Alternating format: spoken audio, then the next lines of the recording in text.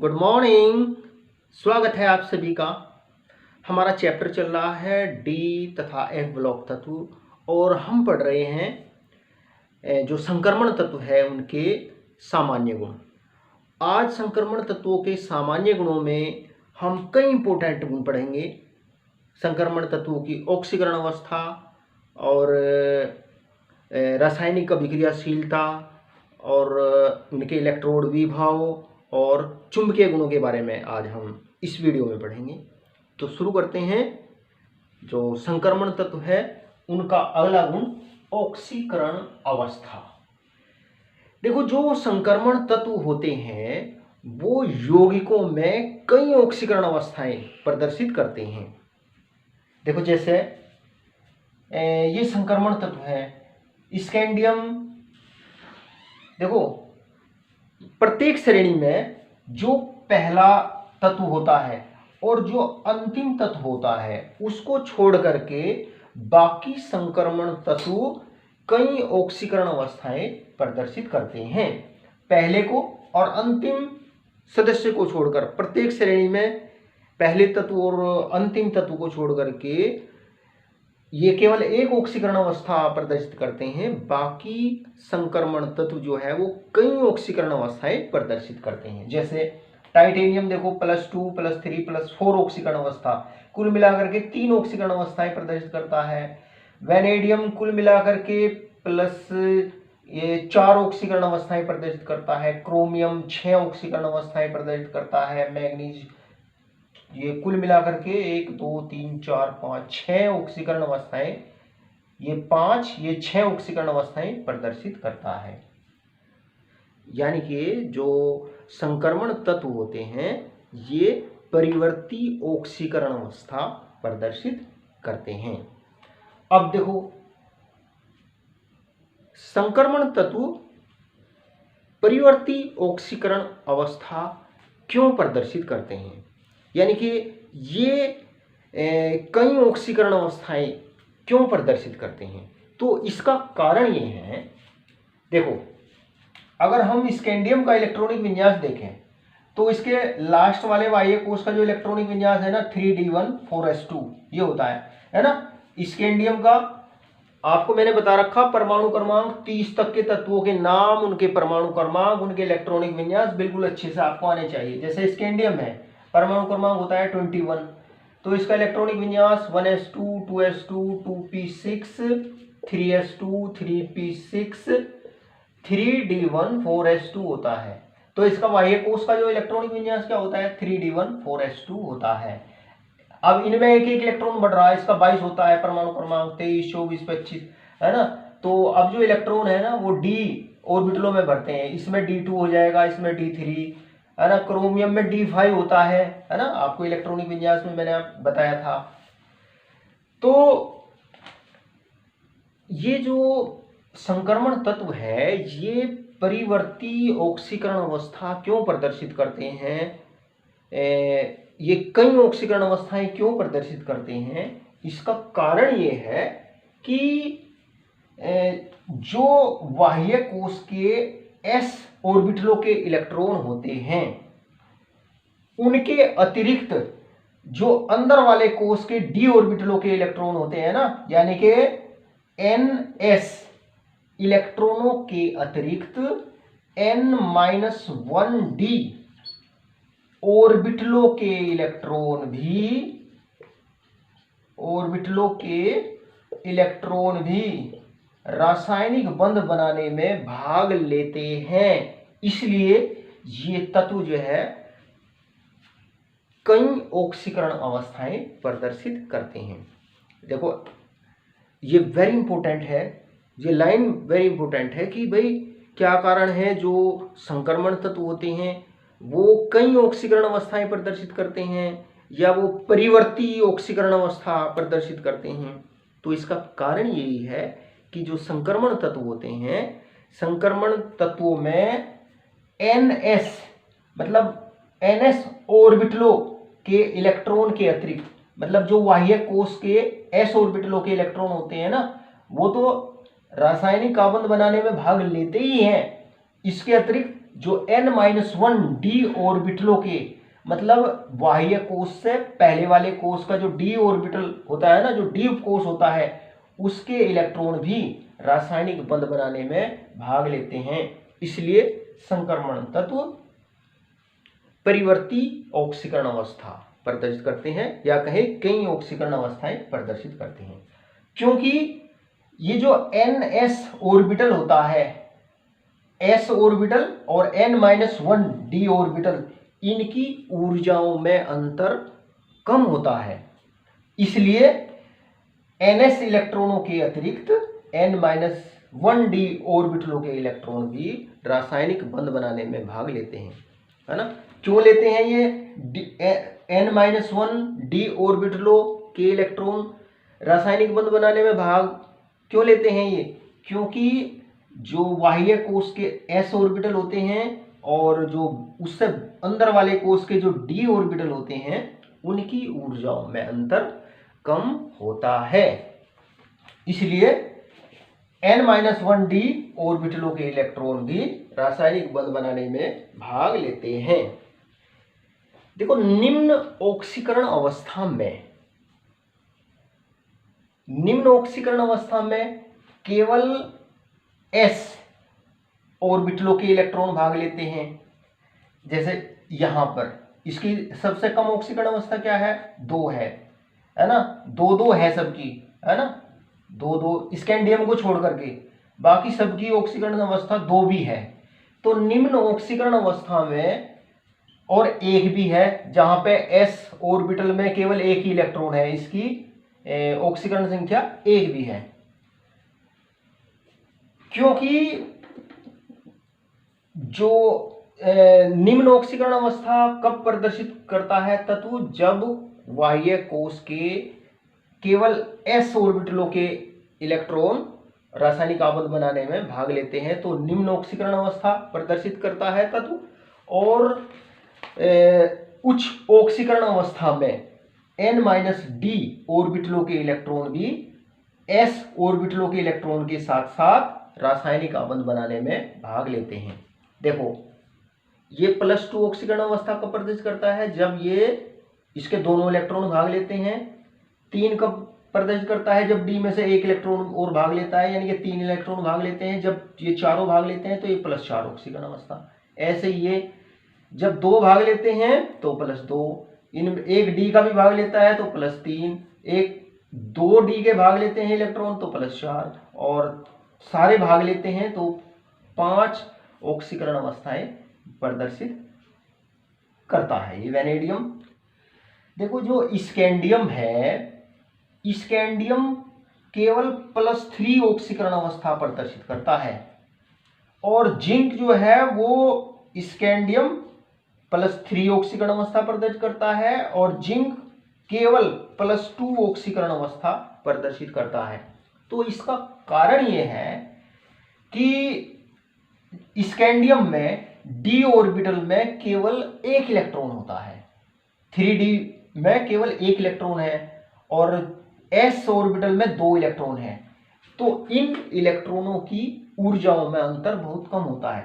3d में जो एक इलेक्ट्रॉन है और 4s, 3d और 4s ऑर्बिटलों की ऊर्जाओं में अंतर बहुत कम होने के कारण जो स्कैंडियम है वो केवल +3 ऑक्सीकरण अवस्था प्रदर्शित करता है। ये ध्यान रखो, स्कैंडियम केवल +3 ऑक्सीकरण अवस्था क्यों प्रदर्शित करता है? क्योंकि स्कैंडियम में d ऑर्बिटल में केवल एक इलेक्ट्रॉन है, और d ऑर्बिटल n-1 d मतलब अंदर वाले कोश का d ऑर्बिटल और ns बाहर वाले कोश का s ऑर्बिटल, इनकी जो ऊर्जाओं में बहुत कम अंतर होता है। तो इसलिए ये तीनों इलेक्ट्रॉन रासायनिक आबंध बनाने में भाग लेते हैं। इसलिए स्कैंडियम केवल +3 ऑक्सीकरण अवस्था प्रदर्शित करता है।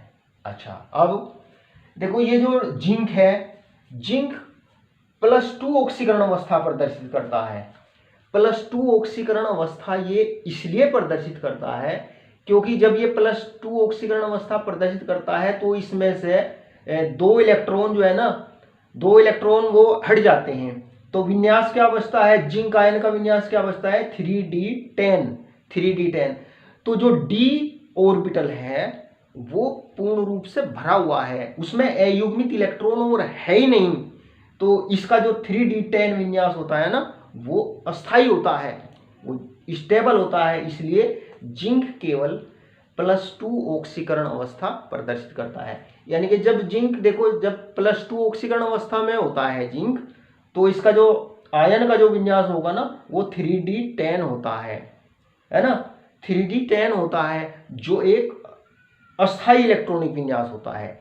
इसमें डी ऑर्बिटल है ही नहीं, खाली डी ऑर्बिटल है ही नहीं जो रासायनिक आबंध बनाने में भाग ले, ये पूरा भरा होता है 3d10। तो अस्थाई विन्यास होने के कारण जिंक केवल +2 ऑक्सीकरण अवस्था प्रदर्शित करता है। अब ऑक्सीकरण अवस्थाओं में जो ट्रेंड है उसको देखते हैं, जो प्रवृत्ति है संक्रमण तत्वों की ऑक्सीकरण अवस्था में।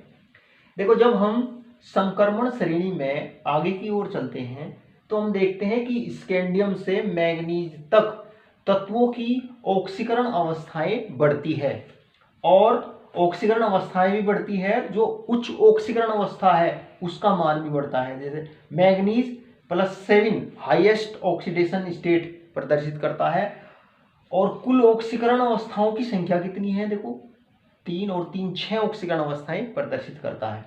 तो जब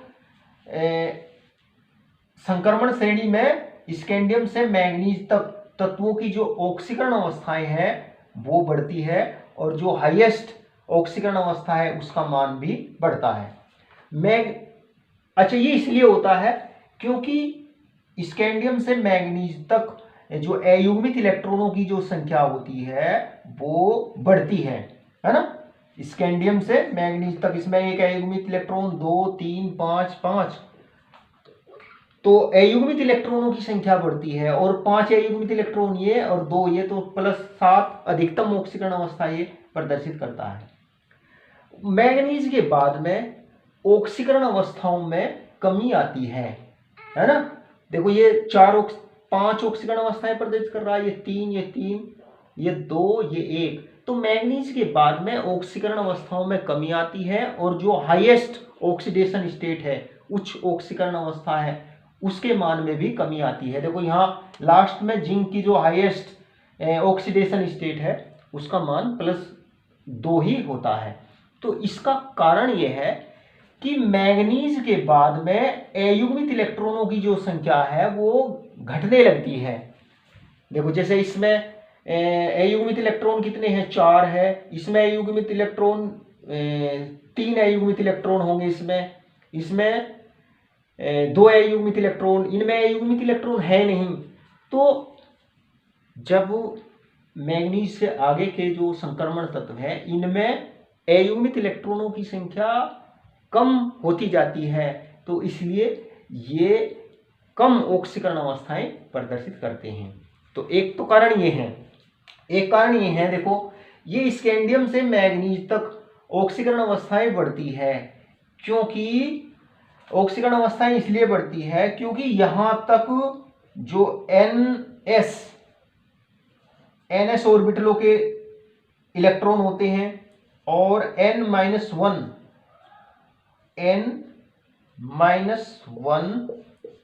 d ऑर्बिटलों के इलेक्ट्रॉन,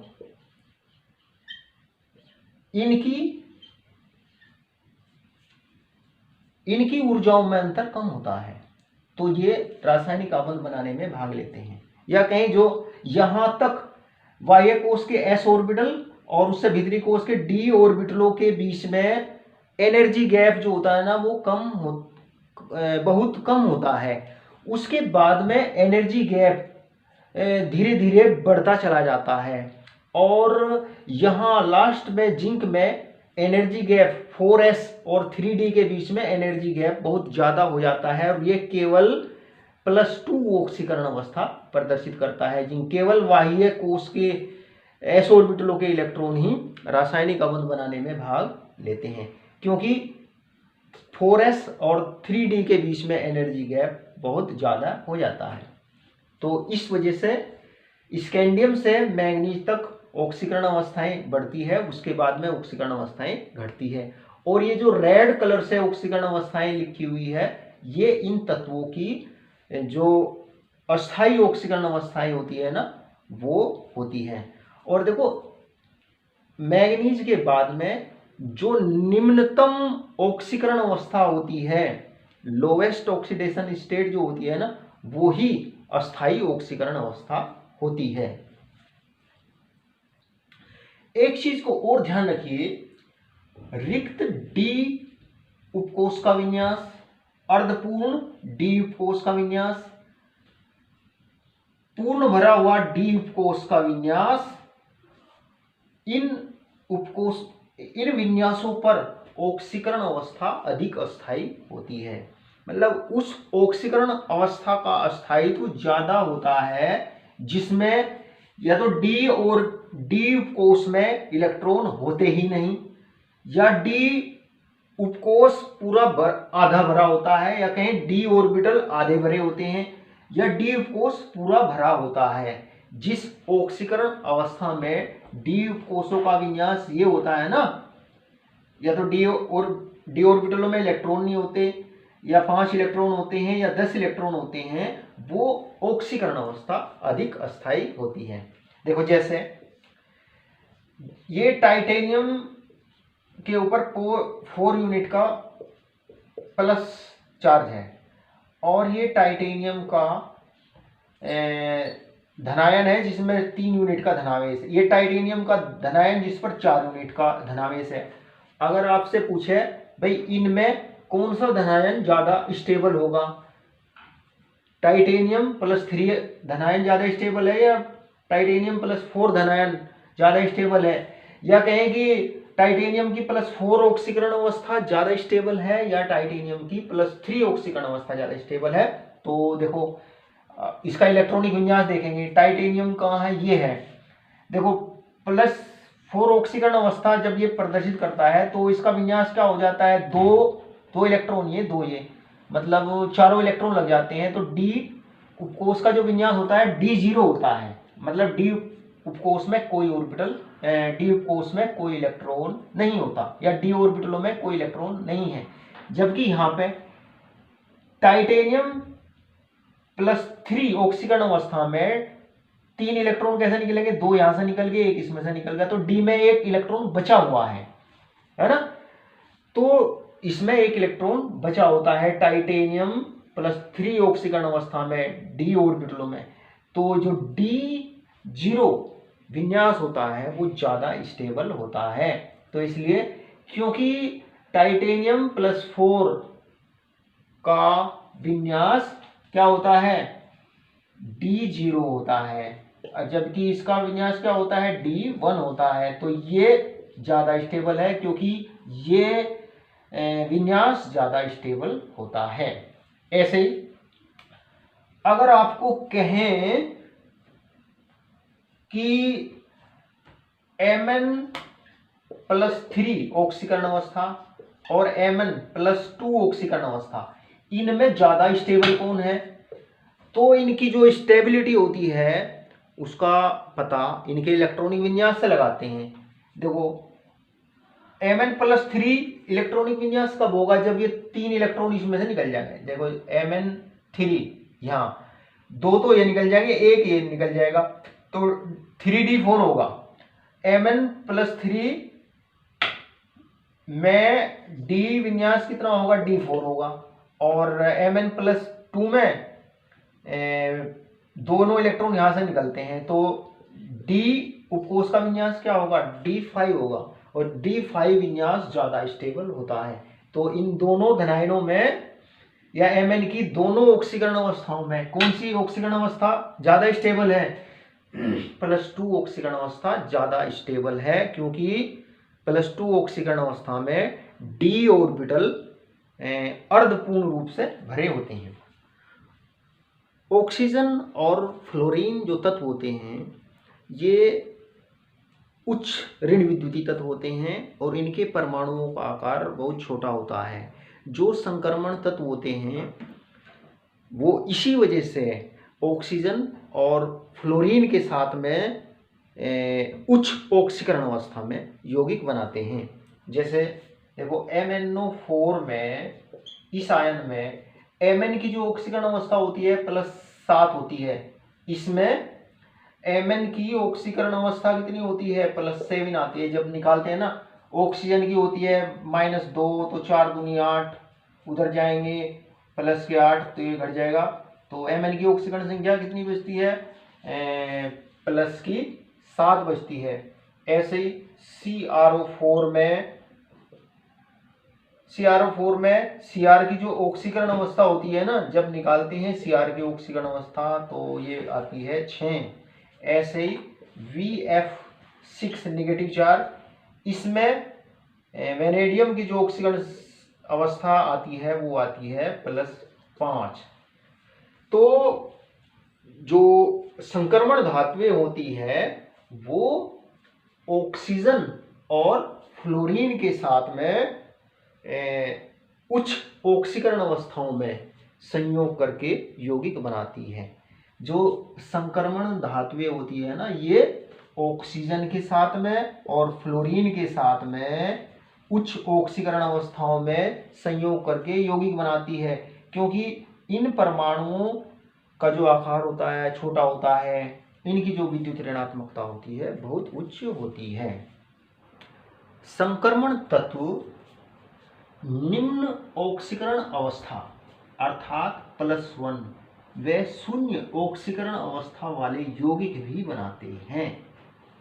0 ऑक्सीकरण अवस्था वाले यौगिक भी बनाते हैं ये जो ट्रांजिशन एलिमेंट होते हैं, जैसे nickel carbonyl, iron carbonyl.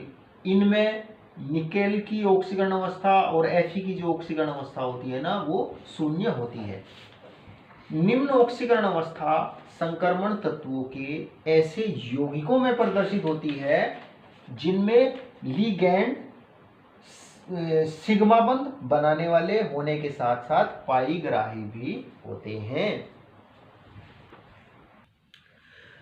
P block तत्वों में हमने ये देखा कि पी ब्लॉक के भारी तत्व निम्नतम ऑक्सीकरण अवस्था उनकी ज़्यादा स्थायी होती है इनर्ट पेयर प्रभाव के कारण। लेकिन डी ब्लॉक तत्वों की जो ऑक्सीकरण अवस्थाएं हैं वो पी ब्लॉक से विपरीत है।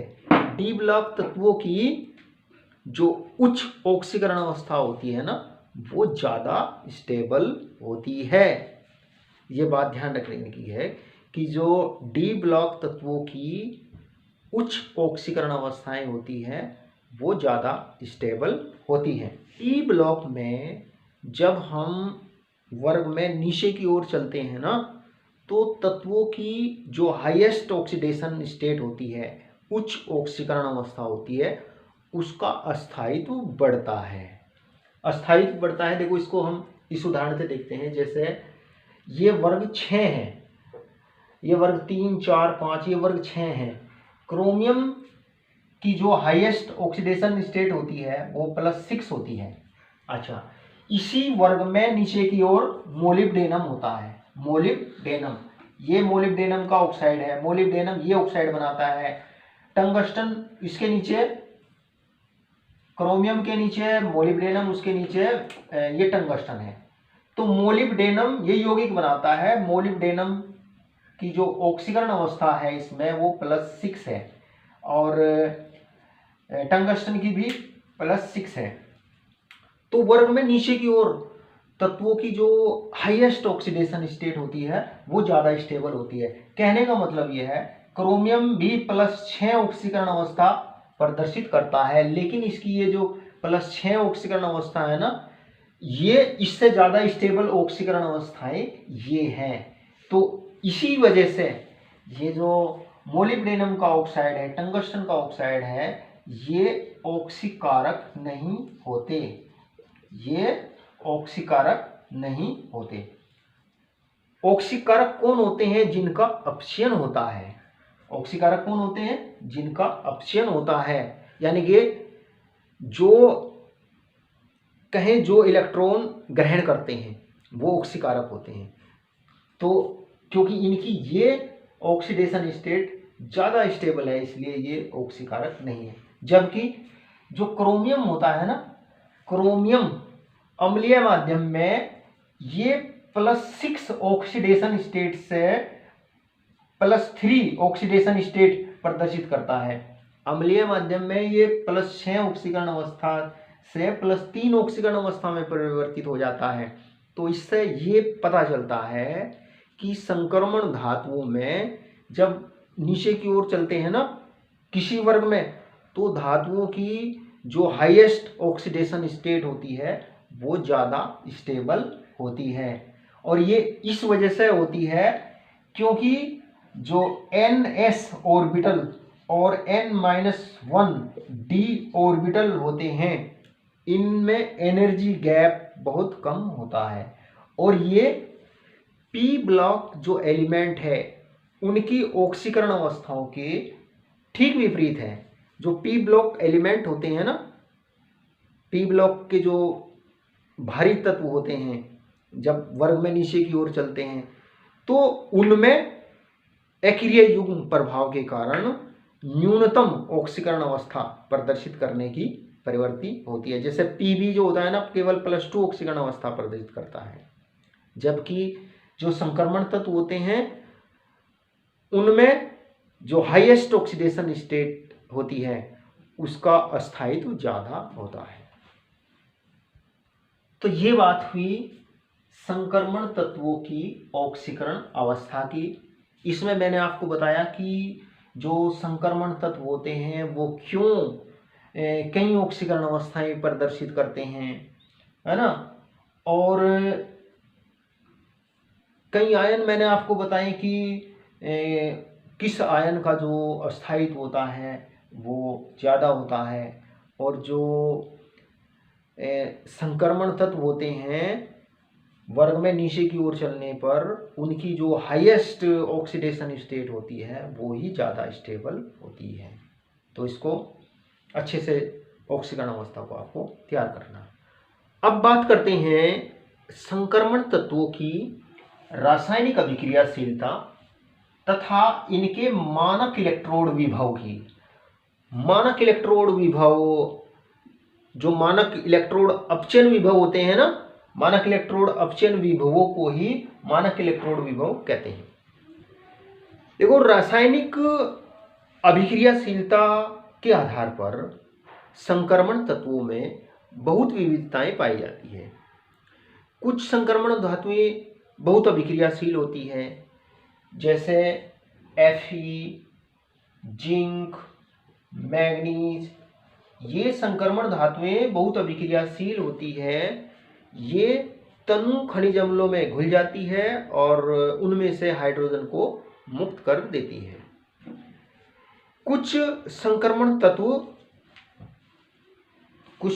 धातुएं तो ज़्यादा अभिक्रियाशील होती हैं, लेकिन कुछ संक्रमण तत्व ऐसे हैं, कुछ संक्रमण धातुएं ऐसी हैं जो वायु या जल या जो सामान्य अभिकर्मक होते हैं उनके द्वारा वे प्रभावित नहीं होती।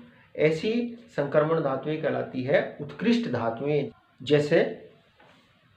जैसे प्लेटिनम, गोल्ड, पैलेडियम, ये धातुएं कहलाती है उत्कृष्ट धातुएं। तो कुछ धातुएं तो बहुत अभिक्रियाशील होती है और कुछ धातुएं जो है वो रासायनिक रूप से निष्क्रिय होती है। इनको बोलते हैं उत्कृष्ट धातुएं। उत्कृष्ट धातुएं नोबल मेटल्स बोलते हैं। धातुएं धनायन बनाती हैं। धातुओं में धनायन बनाने की प्रवृत्ति होती है। विलयन में धातु धनायन का अस्थायित्व, धातु धनायन का अस्थायित्व या कहें धातु की विशिष्ट ऑक्सीकरण अवस्था, विशिष्ट ऑक्सीकरण अवस्था, विशिष्ट ऑक्सीकरण अवस्था का अस्थायित्व अस्थायित्व स्टेबिलिटी कई कारकों जैसे ऊर्ध्वपातन एंथैल्पी, आयनन एंथैल्पी,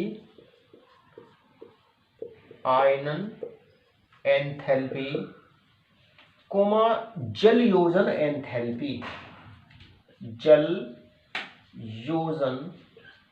एंथैल्पी पर निर्भर करता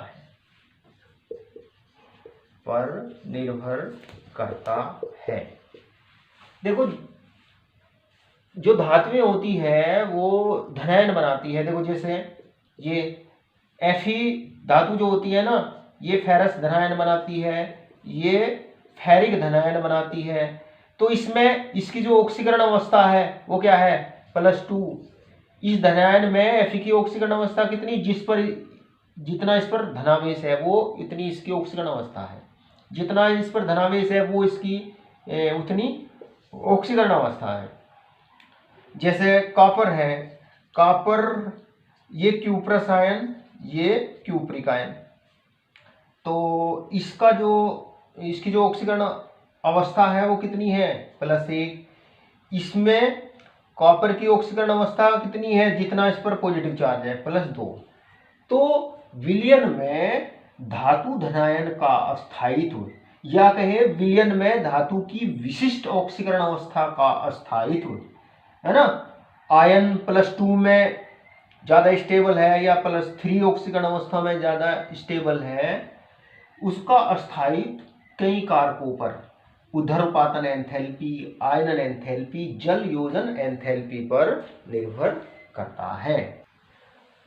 ठोस धातु को विशिष्ट ऑक्सीकरण अवस्था में, या कहें धातु धनायन के रूप में, इसको नोट करिए, ठोस धातु को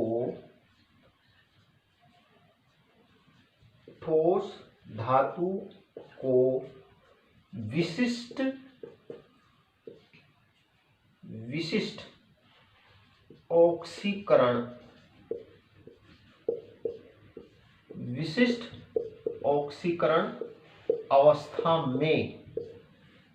ऑक्सीकरण अवस्था में, या कहें धातु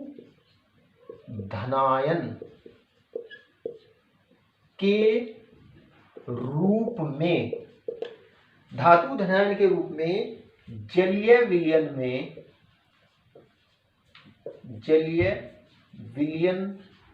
में परिवर्तित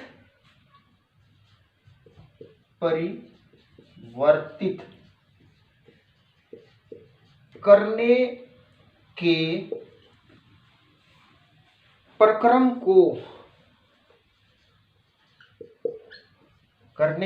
प्रक्रम को वॉर्न हैबर चक्र द्वारा प्रदर्शित करते हैं। वॉर्न हैबर चक्र द्वारा प्रदर्शित करते हैं।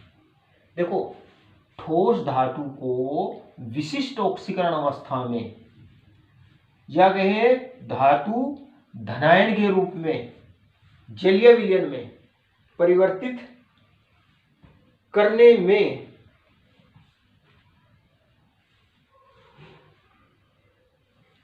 के प्रक्रम को वॉर्न हैबर चक्र द्वारा प्रदर्शित करते हैं।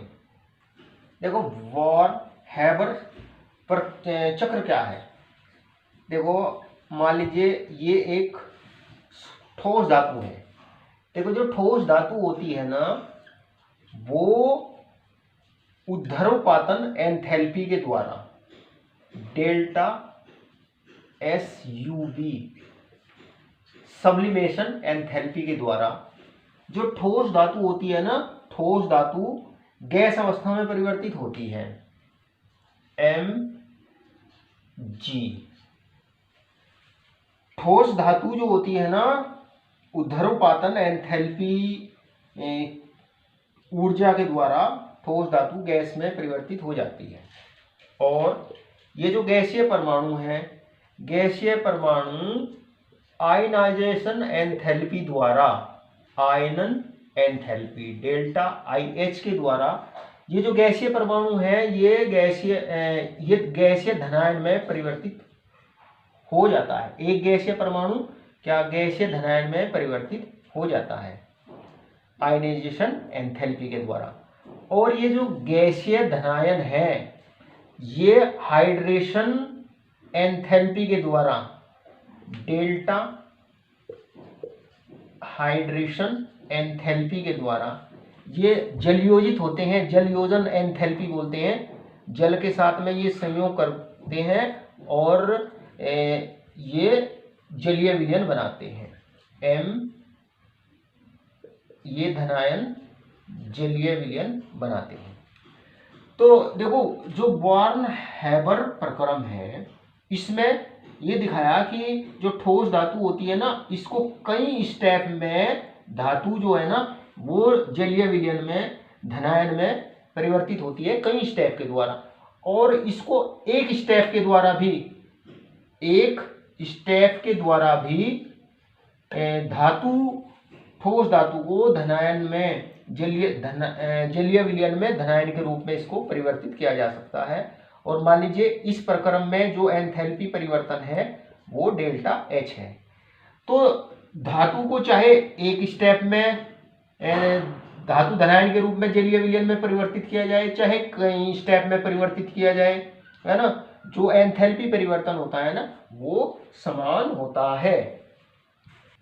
अतः इस प्रक्रम में संपूर्ण एंथैल्पी परिवर्तन को निम्न प्रकार से प्रदर्शित किया जाता है। देखो संपूर्ण प्रक्रम में क्या हो रहा, ये ठोस धातु धनायन में परिवर्तित हो रही है जलीय विलयन में, ये धनायन में, और धनायन के ऊपर 1 यूनिट का चार्ज है ना, यही तो 1 यूनिट पे तो चार्ज दिखा रखा है इसके ऊपर। तो इस प्रक्रम में जो एंथैल्पी परिवर्तन होता है ना डेल्टा H बराबर होता है ये जो सब्लिमेशन एंथैल्पी है, ऊर्ध्वपातन एंथैल्पी का योग, डेल्टा ऊर्ध्वपातन enthalpy plus ionization enthalpy plus ये जो जलयोजन एंथैल्पी है,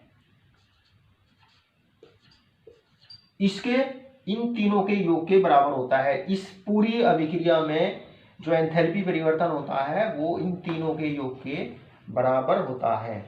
और देखो जो जलयोजन एंथैल्पी होती है ना, हाइड्रेशन जो एंथैल्पी होती है ये हमेशा ऊष्मा क्षेपी होती है, एक्सोथर्मिक होती है, इसमें ऊष्मा हमेशा निकलती है। और जो ये सब्लिमेशन एंथैल्पी और ये आयनाइजेशन एंथैल्पी है इसमें ऊष्मा अवशोषित होती है। देखो ये जो ऊर्ध्वपातन एंथैल्पी है और ये जो आयनाइजेशन एंथैल्पी है इनका मान पॉजिटिव होता है, यानी कि ये ऊष्मा शोषी होती है। और ये जो हाइड्रेशन एंथैल्पी है इसका मान नेगेटिव होता है, मतलब ये ऊष्मा क्षेपी होती है, एक्सोथर्मिक होती है। इन तीनों का योग जो है ना वो नेगेटिव होना चाहिए। इन तीनों को जब जोड़ते हैं ना तो H का जो मान होता है ना, H का मान डेल्टा H का मान ऋणात्मक होना चाहिए। देखो डेल्टा H का मान ऋणात्मक होने पर ही यह अभिक्रिया जो है ना स्वतः स्फुट होती है। डेल्टा H का मान निगेटिव होने पर ही यह अभिक्रिया स्वतः स्फूर्त का मतलब अपने आप होती है, सेल्फ स्पॉन्टेनियस होती है। देखो किसी धातु धनायन का स्थायित्व, देखो जैसे इस धातु से ये धनायन बन रहा है, किसी धातु धनायन का स्थायित्व या कहें किसी धातु की विशिष्ट ऑक्सीकरण अवस्था, देखो विशिष्ट ऑक्सीकरण अवस्था क्या है, +1 है, +2 भी हो सकती है, 3 भी हो सकती है। किसी धातु धनायन का अस्थायित्व या कहे किसी धातु की विशिष्ट ऑक्सीकरण अवस्था का अस्थायित्व डेल्टा H के मान पर निर्भर करता है। डेल्टा H के मान पर किसी धातु की विशिष्ट ऑक्सीकरण अवस्था का जो अस्थायित्व होता है या कहे धातु धनायन का जो अस्थायित्व होता है ना, वो डेल्टा H के मान पर निर्भर करता है।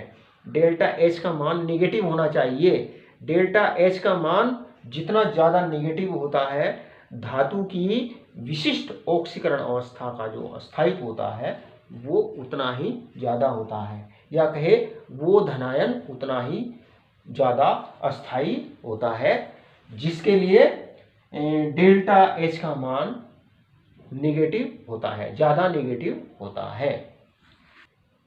और डेल्टा H का मान सीधे मानक इलेक्ट्रोड विभव से संबंधित रहता है।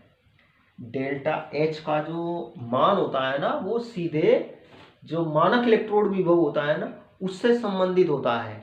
अगर डेल्टा H का मान ज़्यादा ऋणात्मक है तो इसका मतलब जो मानक इलेक्ट्रोड विभव है ना, मानक इलेक्ट्रोड अपचयन विभव, उसका मान भी ज़्यादा ऋणात्मक होता है। तो जो डेल्टा H का मान होता है ना, वो मानक इलेक्ट्रोड विभव से सीधे संबंधित होता है। देखो मैंने आपको बताया कि डेल्टा H का मान जो होता है वो सीधे मानक इलेक्ट्रोड विभव से संबंधित होता है। डेल्टा H का मान मानक इलेक्ट्रोड विभव, और मानक इलेक्ट्रोड विभव क्या होता है, मानक इलेक्ट्रोड विभव जो मानक इलेक्ट्रोड अपचयन विभव होते हैं ना आधुनिक पद्धति में, उन्हीं को ही अपचयन विभव ही मानक इलेक्ट्रोड विभव कहलाते हैं। देखो ये मानक इलेक्ट्रोड विभव ये रेडॉक्स युग्म है।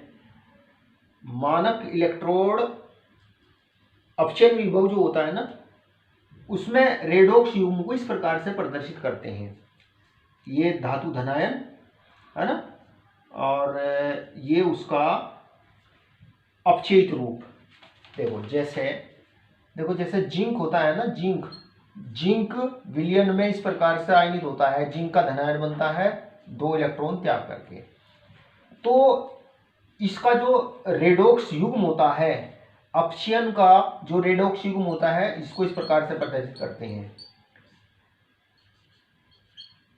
ये रेडॉक्स युग्म को इस प्रकार से, अपचयन का जो रेडॉक्स युग्म है इसको इस प्रकार से प्रदर्शित करते हैं। इसमें पदार्थ की ऑक्सीकृत अवस्था भी होती है और इसमें अपचयित अवस्था भी होती है। तो ये एक रेडॉक्स युग्म है। तो मानक इलेक्ट्रोड विभव के ऋणात्मक होने की स्थिति में, यानी कि जब डेल्टा H का मान ऋणात्मक होता है, अभिक्रिया स्वतः स्फुरित होती है। यानी कि जब देखो H के मान पर इलेक्ट्रोड विभव डिपेंड करता है। H का मान निगेटिव है तो इलेक्ट्रोड विभव भी निगेटिव होता है। अच्छा, अब इसी से ही इलेक्ट्रोड विभव के ऋणात्मक होने की स्थिति में अभिक्रिया स्वतः स्फुरित होगी। यानी कि जब धातु धनायन इस रूप में होता है, धातु धनायन जो होता है ना इस रूप में होता है, जैसे ये है ना, इसके विलयन में धातु धनायन इस रूप में होता है, अभिक्रिया स्वतः स्फुरित होगी। वह ऑक्सीकरण अवस्था जिसके लिए E0 का मान अधिक ऋणात्मक है, वह ऑक्सीकरण अवस्था ज़्यादा स्टेबल होती है, या वो धात्विक धनायन ज़्यादा स्टेबल होता है जिसके लिए E0 का मान ज़्यादा ऋणात्मक होता है। उसकी जलीय विलयन में बने रहने की प्रवृत्ति होती है और वह ऑक्सीकरण अवस्था ज़्यादा स्टेबल होती है। प्रथम जो संक्रमण श्रेणी है, संक्रमण तत्वों की जो पहली श्रेणी है, उनके लिए M+2M रेडॉक्स युग्म और M+3 M+2 रेडोक्स युग्मों के मान ये टेबल में दिए हुए हैं। M+2M रेडोक्स युग्म है ना, ये इलेक्ट्रोड विभव है जिसमें विलयन में M+2 आयन होता है। देखो ये जो M+2M रेडोक्स युग्म है ना, इसका मतलब यह है कि विलयन में M+2 आयन है। मतलब ये आयन जो है ना, ये आयन किस रूप में है, इसके ऊपर 2 यूनिट का पॉजिटिव चार्ज है, इसके ऊपर 2 यूनिट का पॉजिटिव चार्ज है, इसके ऊपर 2 यूनिट का पॉजिटिव चार्ज है। और M+3 और इसकी अपचयित अवस्था M+2। इसका मतलब यह है विलयन में जो आयन है वो M+3 रूप में है। मतलब इन आयनों के ऊपर 3 यूनिट का पॉजिटिव चार्ज है। तो ये M+2 रेडोक्स युग्म, ये M+3 रेडोक्स युग्म। तो जो M+2M रेडोक्स युग्म है, ये जो ऊपर वाली जो टेबल में मान दिए हुए हैं, M+2M रेडोक्स युग्म के मानक इलेक्ट्रोड विभवों में परिवर्तन की परिवर्ती, मतलब परिवर्तन का क्या ट्रेंड है। देखो M+2M रेडोक्स युग्म के जो ये मानक इलेक्ट्रोड विभव है, इनमें परिवर्तन का ट्रेंड देखो। देखो जैसे जैसे आगे बढ़ते हैं आवर्त में बाएं से दाईं ओर, है ना, तो इनके मान जो है देखो कम ऋणात्मक होते जाते हैं। इसमें वैसे तो नियमित कोई ट्रेंड नहीं है।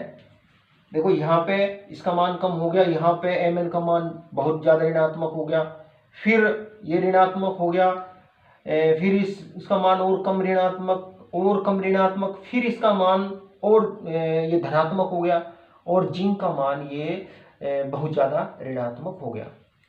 देखो जिस इलेक्ट्रॉन युग्म या कहें रेडोक्स युग्म का मान, और ये बात ध्यान रखो कि M+2M ये जो रेडोक्स युग्म है, इनके जो विलयन है उसमें आयन क्या है, M+2 अवस्था में है, उसके ऊपर 2 यूनिट का धनावेश है।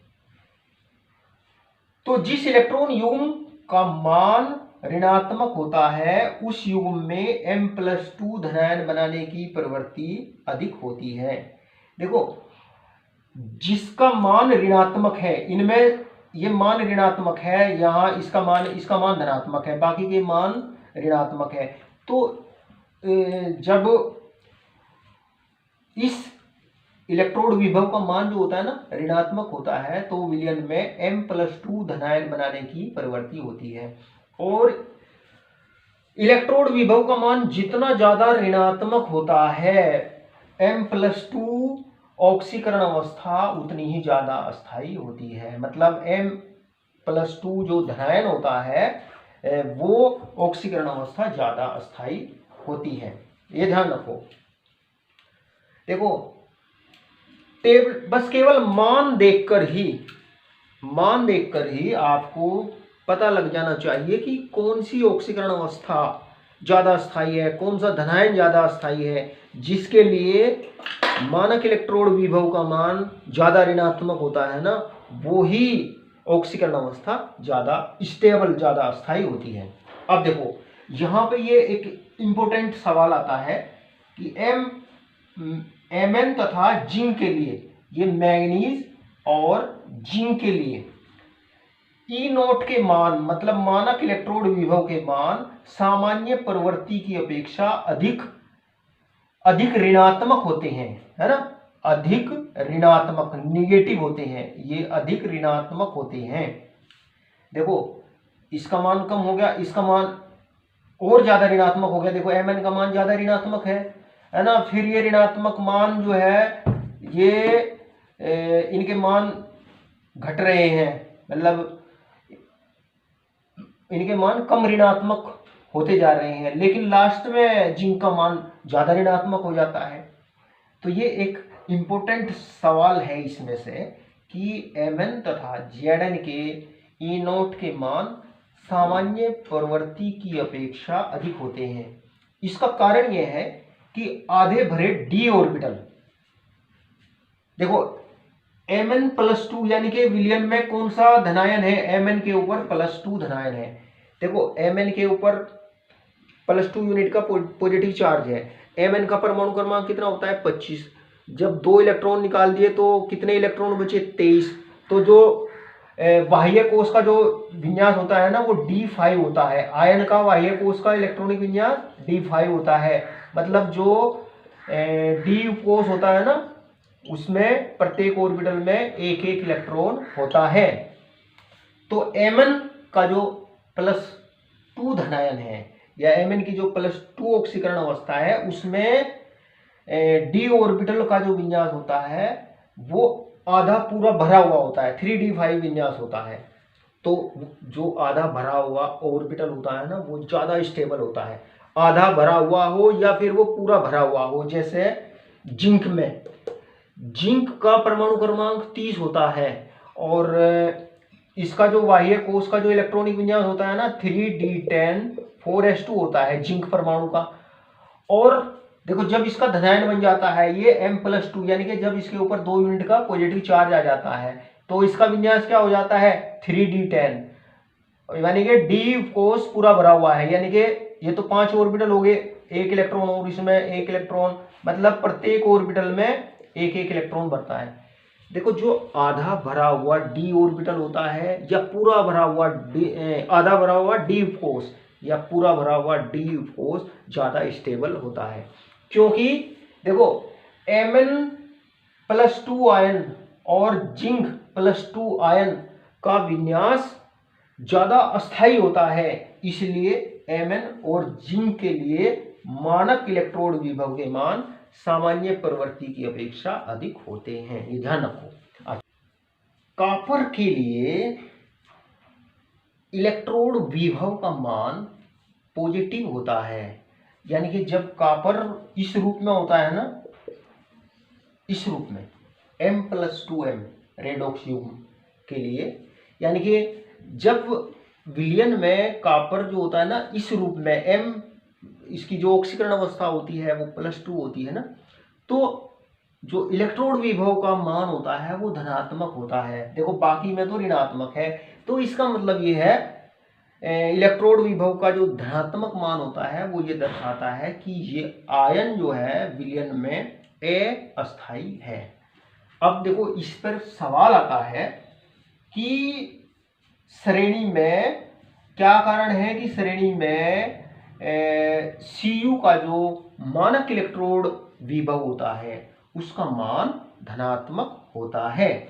तो इसका कारण यह है कॉपर के लिए मानक इलेक्ट्रोड विभव का धनात्मक होने का कारण यह है कि क्यूप्रिक धनायन की हाइड्रेशन एंथैल्पी, देखो ये very important line, hydration enthalpy ऊर्ध्वपातन एंथैल्पी तथा आयनन एंथैल्पी के योग को संतुलित नहीं कर पाती। मतलब इन दोनों का योग और ये हाइड्रेशन एंथैल्पी इन तीनों का जो योग है ना वो ऋणात्मक नहीं होता है ना। बाकी केस में इन तीनों का जो योग होता है वो ऋणात्मक होता है। तो इस केस में कॉपर के लिए क्यूप्रिक आयन की हाइड्रेशन एंथैल्पी ऊर्ध्वपातन एंथैल्पी और आयनन एंथैल्पी के योग को संतुलित नहीं कर पाती, इसलिए कॉपर के इलेक्ट्रोड विभव का मान जो होता है ना वो धनात्मक होता है। और ये मैग्नीज और जिंक इनके इलेक्ट्रोड विभव जो होते हैं ये ज्यादा ऋणात्मक होते हैं, सामान्य प्रवृत्ति के अपेक्षा इनके मान ज्यादा ऋणात्मक होते हैं, क्योंकि जो M+2 धनायन होता है ना, विलयन में जो M+2 धनायन होता है और वो जिंक+2 धनायन होता है, इनके जो इलेक्ट्रॉनिक विन्यास होते हैं वो ज्यादा स्टेबल होते हैं।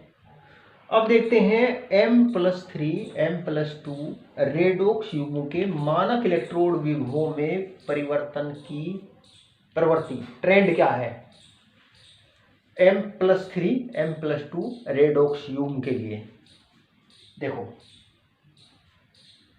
इस लाइन को देखिए, जिस युग्म के M+3 M+2 के मानक इलेक्ट्रोड विभव का मान ई नॉट, मानक इलेक्ट्रोड विभव का मान धनात्मक होता है ना। जिसके लिए धनात्मक होता है इसका मतलब वो m+3 धनायन अस्थायी है, m+3 अस्थायी है, तो इसका मतलब m+2 धनायन अस्थायी है का मान धनात्मक होता है। उस युग्म में m+2 आयन बनाने की प्रवृत्ति होती है। और जिस युग्म के ई नॉट मानक इलेक्ट्रोड विभव का मान ऋणात्मक होता है उस युग्म में m+3 आयन बनाने की प्रवृत्ति अधिक होती है ना। जिसके लिए पॉजिटिव में है उसके लिए इलेक्ट्रोड विभव का मान पॉजिटिव में है, उसके लिए m+2 धनायन बनाने की प्रवृत्ति होती है। और जिस इलेक्ट्रॉन की युग्म के लिए मानक इलेक्ट्रोड विभव का मान नेगेटिव में है उसमें m+3 धनायन बनाने की प्रवृत्ति अधिक होती है। m+3 ऑक्सीकरण अवस्था उसमें ज़्यादा अस्थायी होती है। और देखो इसमें एक तो विशेष रूप से Mn का जो इलेक्ट्रोड विभव होता है वो सामान्य से अधिक होता है, कॉपर का धनात्मक होता है, जिंक का ऋणात्मक होता है। इनके जवाब विशेष रूप से आपको तैयार करने हैं। देखो यहाँ पर इस उदाहरण को देखिए, m+3+2 आयन, इसके लिए जो इलेक्ट्रोड विभव का मान है वो धनात्मक है। तो इसका मतलब ये है कि जो ये +3 ऑक्सीकरण अवस्था है ना, ये अस्थायी है। मतलब Mn आयन के लिए ये +3 ऑक्सीकरण अवस्था अस्थायी है और +2 ऑक्सीकरण अवस्था ज़्यादा स्थायी है, क्योंकि M2 ऑक्सीकरण अवस्था में D5 विन्यास होता है। जब इलेक्ट्रॉनिक विन्यास लिखते हैं तो D5 विन्यास होता है और इसके लिए ये D4 विन्यास होता है। अब डी ब्लॉक तत्वों का अगला सामान्य गुण लेते हैं, चुंबकीय गुण, मैग्नेटिक प्रॉपर्टीज। जो डी ब्लॉक तत्वों के आयन होते हैं ना वो चुंबकीय गुण प्रदर्शित करते हैं। ऐसे परमाणु या आयन जिनमें अयुग्मित इलेक्ट्रॉन उपस्थित होते हैं वे चुंबकीय क्षेत्र में रखने पर आकर्षित होते हैं और ऐसे परमाणु या आयन क्या कहलाते हैं? अनुचुंबकीय। अनुचुंबकीय, पैरामैग्नेटिक। पैरामैग्नेटिक पदार्थ कौन होते हैं? ऐसे परमाणु या आयन जिनमें अयुग्मित इलेक्ट्रॉन होते हैं, इनको जब चुंबकीय क्षेत्र में रखते हैं तो ये चुंबकीय क्षेत्र की ओर आकर्षित होते हैं और ऐसे परमाणु या आयन या ऐसे पदार्थ कहलाते हैं अनुचुंबकीय, पैरामैग्नेटिक। और ऐसे परमाणु या आयन जिनमें सभी इलेक्ट्रॉन युग्मित होते हैं, जिनमें इलेक्ट्रॉन क्या होते हैं? युग्मित, पेरिड इलेक्ट्रॉन होते हैं। पेरिड, इनमें कैसे इलेक्ट्रॉन होते हैं? अयुग्मित। ऐसे परमाणु या आयन जिनमें सभी इलेक्ट्रॉन युग्मित होते हैं ये प्रतिचुंबकीय कहलाते हैं। ये कहलाते हैं प्रतिचुंबकीय,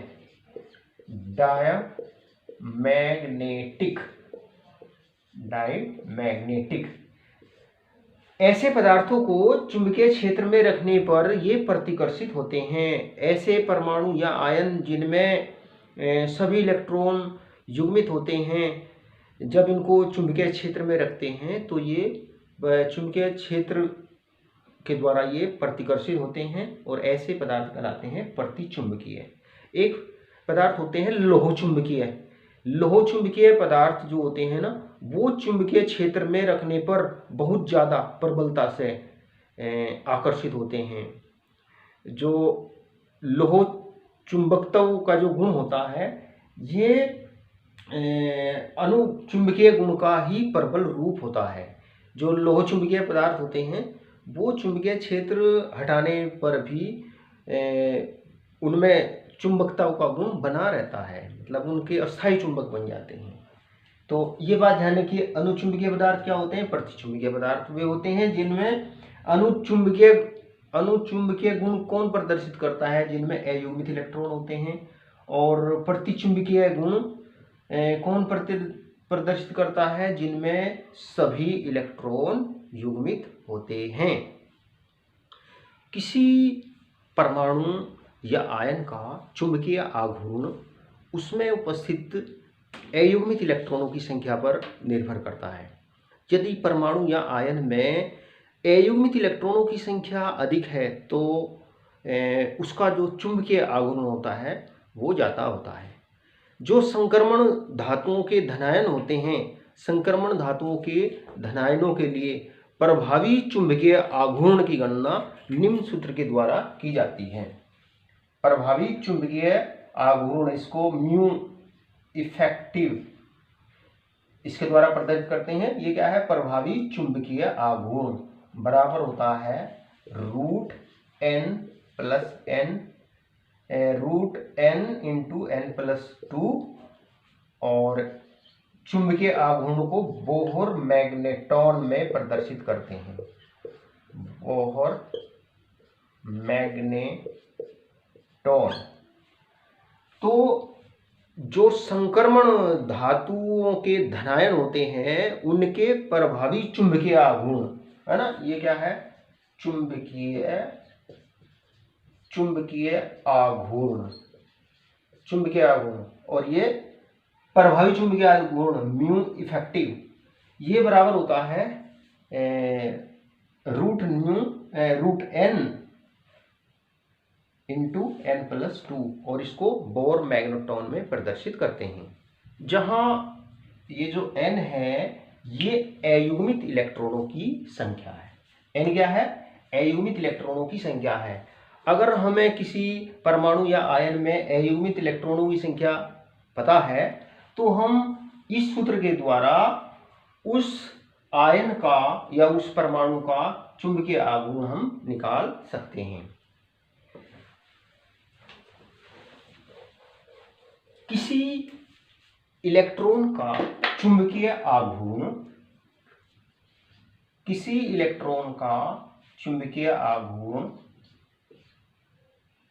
उसकी चक्रण गति, चक्रण को बोलते हैं स्पिन, चक्रण गति, और चक्रण गति के कारण होता है स्पिन कोणीय संवेग, स्पिन कोणीय संवेग, और उसकी ऑर्बिटल गति, ऑर्बिटल गति के कारण होता है ऑर्बिटल कोणीय संवेग, ऑर्बिटल कोणीय संवेग। किसी इलेक्ट्रॉन का चुंबकीय आघूर्ण उसकी चक्रण गति और ऑर्बिटल गति के कारण होता है। या कहें किसी इलेक्ट्रॉन का जो चुंबकीय आघूर्ण होता है ना वो उसके स्पिन कोणीय संवेग और ऑर्बिटल कोणीय संवेग के कारण होता है। देखो जैसे मान लो ये नाभिक है ना, और इलेक्ट्रॉन नाभिक के बाहर ये कक्षा में घूम रहा है, इस कक्षा में ये इलेक्ट्रॉन घूम रहा है ना। तो एक तो ये इस कक्षा में जो घूम रहा है, ऑर्बिटल में जो घूम रहा है, इसके कारण जो कोणीय संवेग होता है। एक ये जो इलेक्ट्रॉन है ना, ये इलेक्ट्रॉन अपनी अक्ष पर घूम रहा है, इलेक्ट्रॉन अपनी अक्ष पर घूम रहा है ना, ये इलेक्ट्रॉन अपनी अक्ष पर घूम रहा है। तो इन दोनों के कारण स्पिन कोणीय संवेग और ऑर्बिटल कोणीय संवेग के कारण इलेक्ट्रॉन का चुंबकीय आघूर्ण होता है। इलेक्ट्रॉन की चक्रण गति और उसकी ऑर्बिटल गति एक विशिष्ट दिशा में चुंबकीय क्षेत्र उत्पन्न करती है। इसका कारण यह है कि स्पिन करता हुआ इलेक्ट्रॉन अथवा ऑर्बिटल में गति करता हुआ इलेक्ट्रॉन एक बंद परिपथ में बहने वाली विद्युत धारा के समतुल्य होता है। जब एक पदार्थ जिसमें अयुग्मित इलेक्ट्रॉन होते हैं को चुंबकीय क्षेत्र में रखा जाता है तो इसका चुंबकीय क्षेत्र आरोपित चुंबकीय क्षेत्र के साथ पारस्परिक क्रिया करता है और आकर्षण बल का अनुभव करता है, अर्थात अनुचुंबकत्व का गुण प्रदर्शित करता है। जब एक ऐसे पदार्थ को जिसमें सभी इलेक्ट्रॉन युग्मित होते हैं उसको चुंबकीय क्षेत्र में रखा जाता है। अब देखो, युग्मित इलेक्ट्रॉन जो होते हैं उनके स्पिन की दिशा एक दूसरे के विपरीत होती है और उनके द्वारा जो चुंबकीय आघूर्ण होता है उनके स्पिन की दिशा एक दूसरे के विपरीत होने के कारण वे उन दोनों का चुंबकीय आघूर्ण जो होता है ना वो एक दूसरे को निरस्त कर देता है। तो ऐसे पदार्थों में चुंबकीय आघूर्ण नहीं पाया जाता और ऐसे पदार्थों को जब चुंबकीय क्षेत्र में रखा जाता है तो वे प्रतिकर्षित होते हैं।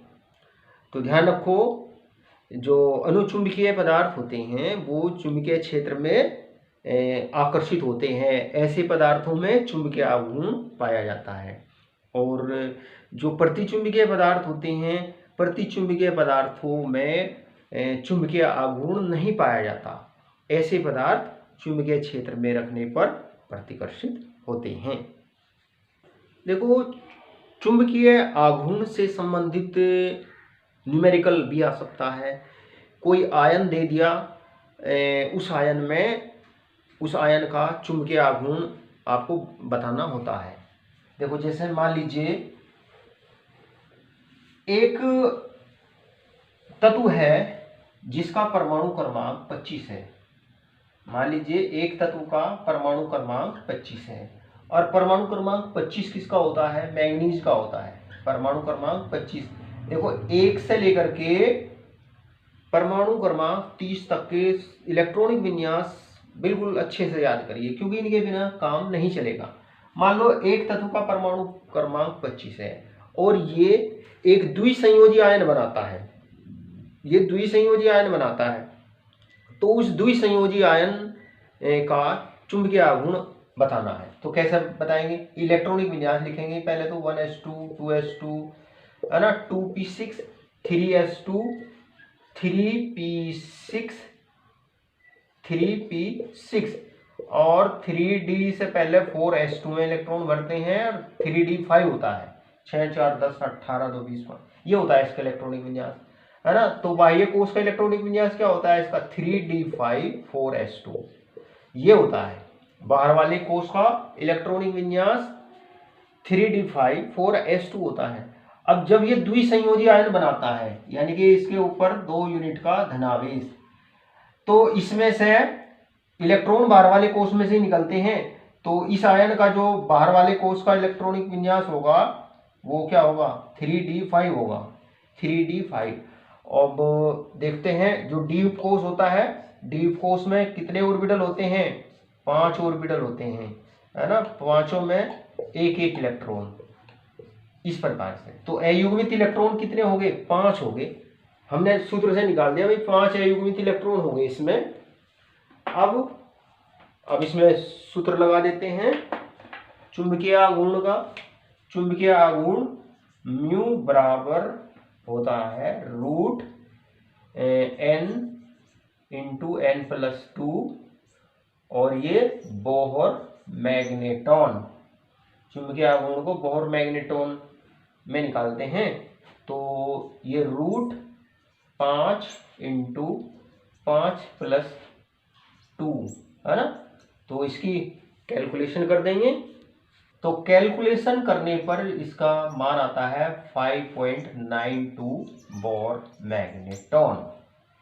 तो ये चुंबकीय आघूर्ण कैसे निकालते हैं ये सूत्र ध्यान रखिए, है ना। अगर कोई किसी आयन में पूछा जाता है कि इसका चुंबकीय आघूर्ण बताइए तो सूत्र लगा करके आप चुंबकीय आघूर्ण निकाल सकते हैं। तो आज की वीडियो में इतना ही। Thank you. वीडियो अच्छा लगे तो लाइक करना, शेयर करना न भूलें और चैनल को अवश्य सब्सक्राइब करें ताकि हमारी प्रत्येक वीडियो सबसे पहले आप तक पहुँचे।